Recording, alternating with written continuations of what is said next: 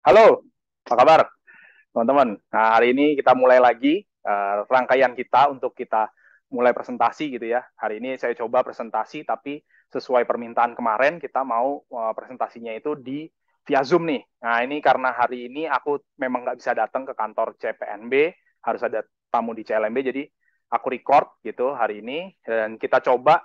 Saya akan coba menjadi orang yang pertama untuk apa ya berbicara di depan kamera. Memang agak grogi sih dan nggak ada yang nonton tuh nggak enak rasanya.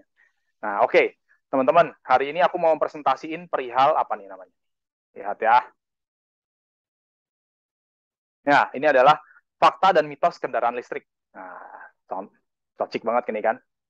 Ini aku taruh di bawah dulu ya, biar bagus. Oke, mudah-mudahan nggak ganggu. Oke, teman-teman. Nah, sebelum ke fakta dan mitosnya, aku mau nanti akan ada presentasinya kira-kira seperti ini. Nah, pertama, sebenarnya kendaraan listrik itu apa? Lalu yang kedua, contoh-contohnya kendaraan listrik yang saya tahu itu apa? Jadi yang saya tahu aja ya, gitu ya. Yang kalau teman-teman tahu, oh yang ini belum, yang ini belum, nah ini monggo, monggo ditambahin. Yang ketiga, baru fakta dan mitosnya apa sih gitu. Nanti kita coba bicarakan rame-rame bareng-bareng.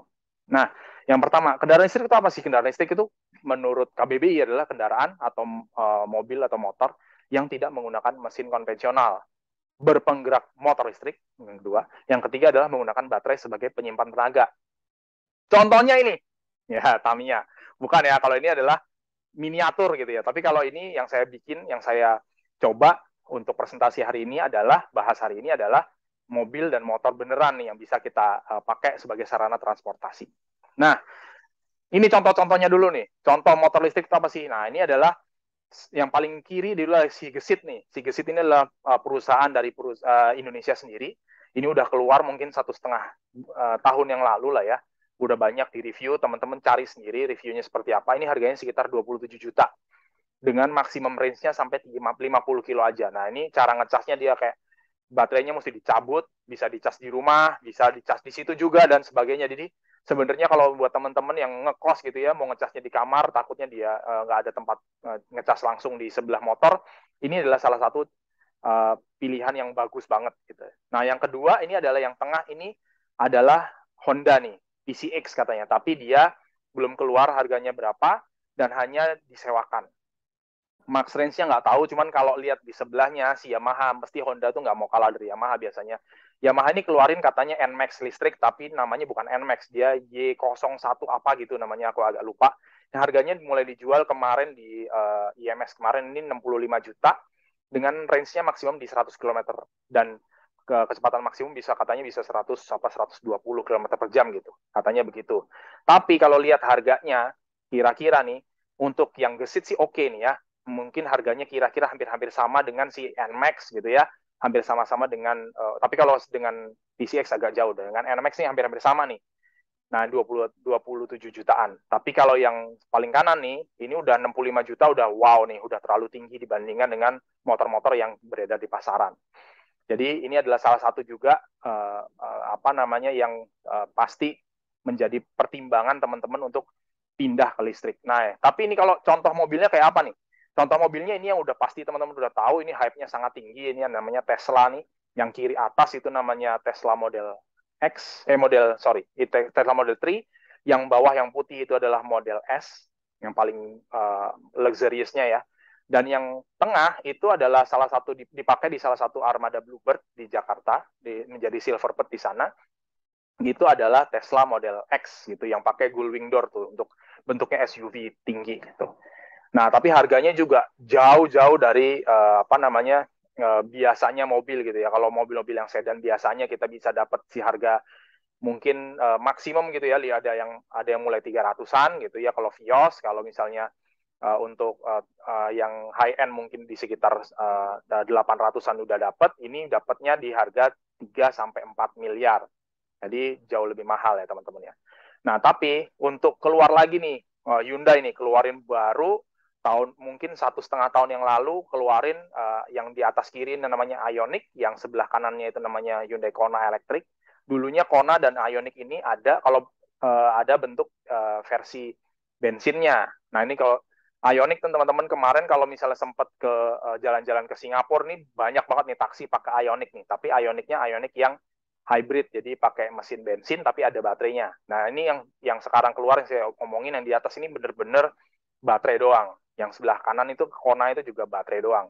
Yang bawah Ioniq 5 ini jauh lebih futuristis lagi dan ini juga baterai semua gitu, pakai bener-bener mobil listrik. Dan ini harganya jauh di bawahnya si Tesla. Ini cuman keluar di sekarang ini cuman di harga mulai 600-an sampai mungkin 800-an juta. Jadi ini pilihan yang cukup oke. Walaupun kalau dibandingin sama dengan tipe-tipe yang sama gitu ya, bahkan sama-sama Kona deh. Kona itu dulu ada mesin bensinnya, itu harganya sekitar 300-an. Nah, sekarang dia jual untuk Kona elektrik ini di harga 600 jutaan, which is 2 kali lipat.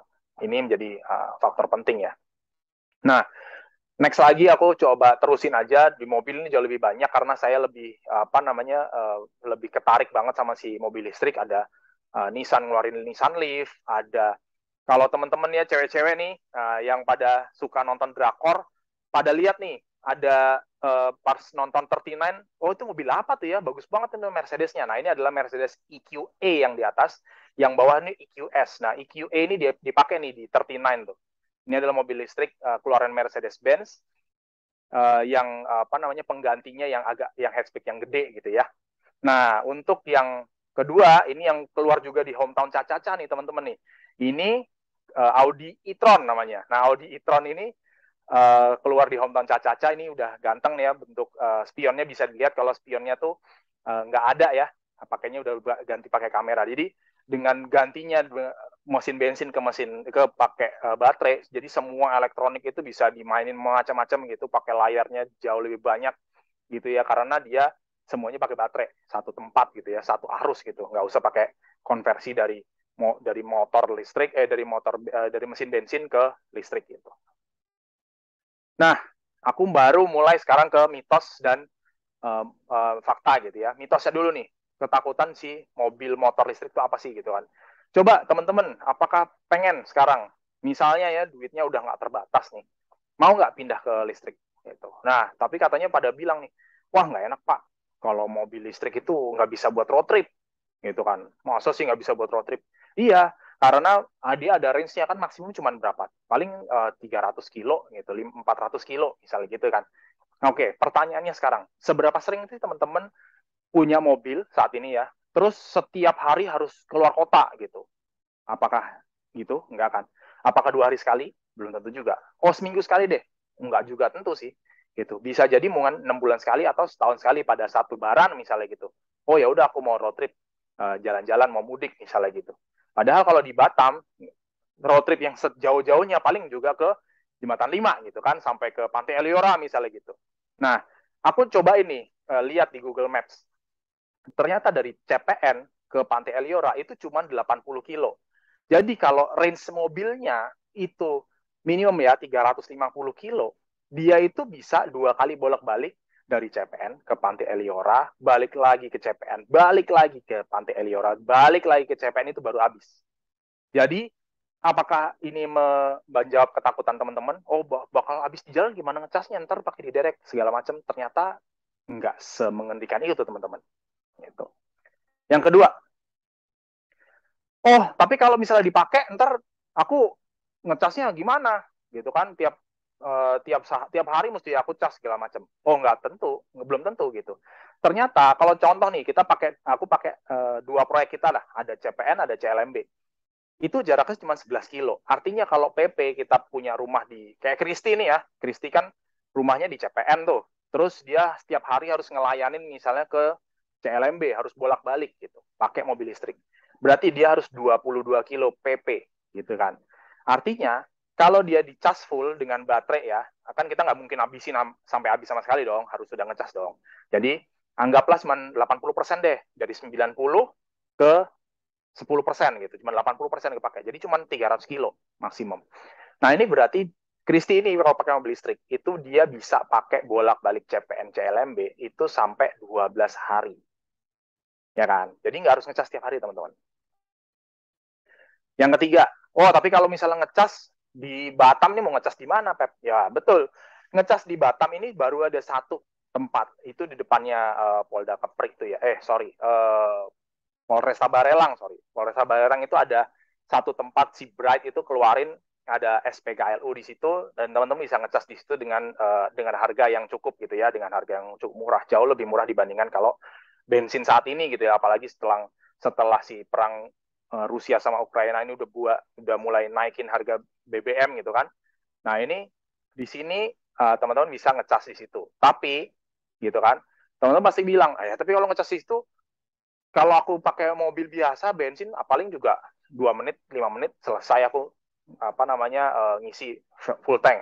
Kalau mobil listrik atau motor listrik aku berarti harus seberapa, harus 2 jam 3 jam di situ. Oh ya betul gitu. Tapi teman-teman, ngecas mobil listrik itu bahkan nggak perlu ke SPKLU, bisa di rumah. Jadi ngecas ngecas mobilnya bisa di rumah gitu kan. Begitu di rumah udah pakai nih 4 hari 5 hari, ya udah Minggu Sabtu nggak kemana-mana, Minggu nggak kemana-mana, ya udah dicasin aja gitu. Butuh berapa lama? Butuh sekitar 8 sampai 12 jam.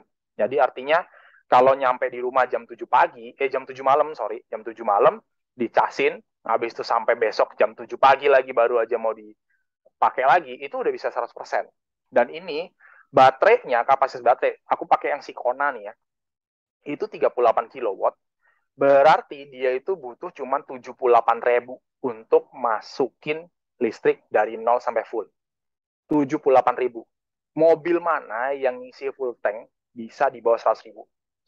Kayaknya sih nggak ada sampai sekarang. Gitu teman-teman. Ya kan? Nah, faktanya lagi nih.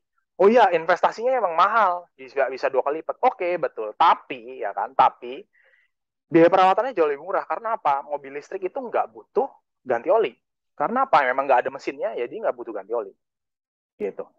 Jadi perawatannya jauh lebih murah. Terus operational cost-nya gimana? Operational cost-nya tadi udah sempat disinggung dikit di atas ya, teman-teman. Bahwa jarak tempuh yang didapatkan dengan biaya secara total itu jauh lebih murah. Ini aku ngobrol-ngobrol nih. Aku dengan teman-teman di sini yang punya Honda Jazz nih ya. Sorry kemarin pas hari Jumat malam sempat, Pak, ini Bapak pakai Honda Jazz kan? Ini berapa konsumsi BBM-nya gitu kan? STNK-nya harganya berapa dan sebagainya tuh. Aku udah sempat tanya, ada teman saya juga yang di CPN juga, aku tanyain juga tuh. Biasanya berapa lu? Oh, 113. Kalau digebut-gebutin mah bisa 110. Nah, ini aku ambil yang paling ngirit deh. 113. Artinya jarak tempuh 100 kilo dia butuh bensin 7,1 liter. Biayanya untuk beli bensinnya itu 7.800. Aku nggak tahu ya sekarang Pertalite kira-kira segitu deh. Ini anggapnya Pertalite nih. Kalau misalnya dia maunya ngebut-ngebutan harusnya isinya Pertamax dong. Bagusnya ya kan. Itu harganya jauh lebih gede lagi. Oke lah, anggaplah pakai Pertalite lebih murah. Ini biayanya totalnya 55.000 untuk 55.700 untuk jarak tempuh 100 kilo. Gitu kan. Padahal kalau Ioniq itu butuhnya cuma 25.000 gitu kan. Pajero Sport itu nggak usah dibaca itu udah boros banget itu, parah itu. Karena harganya walaupun dia lebih lebih apa namanya liter jumlah seliter itu bisa 10 kilo, tapi dengan biayanya sekarang itu harga per liternya udah 18.500. Ini yang kemarin ya aku hitungannya 15.700. Semalam aku baru ngisi 18.500, sudah nggak jelas lagi harganya biayanya. Tapi kalau Ioniq, walaupun dia 1 kWh itu cuma bisa 8 kilo, artinya dia butuh 12,5 kWh untuk 100 kilo. Berarti dia lebih boros dong. Iya, per kWh-nya lebih boros. Tapi biaya per kWh-nya jauh lebih murah dibandingkan bensin. Artinya dia cuma butuh 25.000, which is hematnya berapa tuh? 54% untuk Honda Jazz. Kalau Pajero dibandingkan sama Ioniq, wah jauh banget. Oke, yang terakhir, pajak kendaraannya. Ini teman-teman bisa lihat ya di sebelah situ. Mungkin teman-teman bisa maju, lihat di sebelah kiri atas itu ada namanya ada bentuknya tuh nama mobilnya, merek mobilnya Hyundai Ioniq, dan harganya nih aku zoom, kalau harganya bisa di zoom, 973.000 pajaknya. Mobil mana yang pajaknya di bawah 1 juta? Saya rasa saya belum pernah nemu sih. Waktu itu mobil Honda Jazz aja aku sempat tanya berapa kemarin, sekitar 4 jutaan, 4,2 jutaan, 4,3 jutaan. Jadi biayanya ini kalau cuma segini berarti dia bisa 4 tahun baru bisa buat bayar pajaknya Honda Jazz setahun. Nah, bisa. Jadi bisa buat kalkulasi buat teman-teman juga nih. Gitu, teman-teman.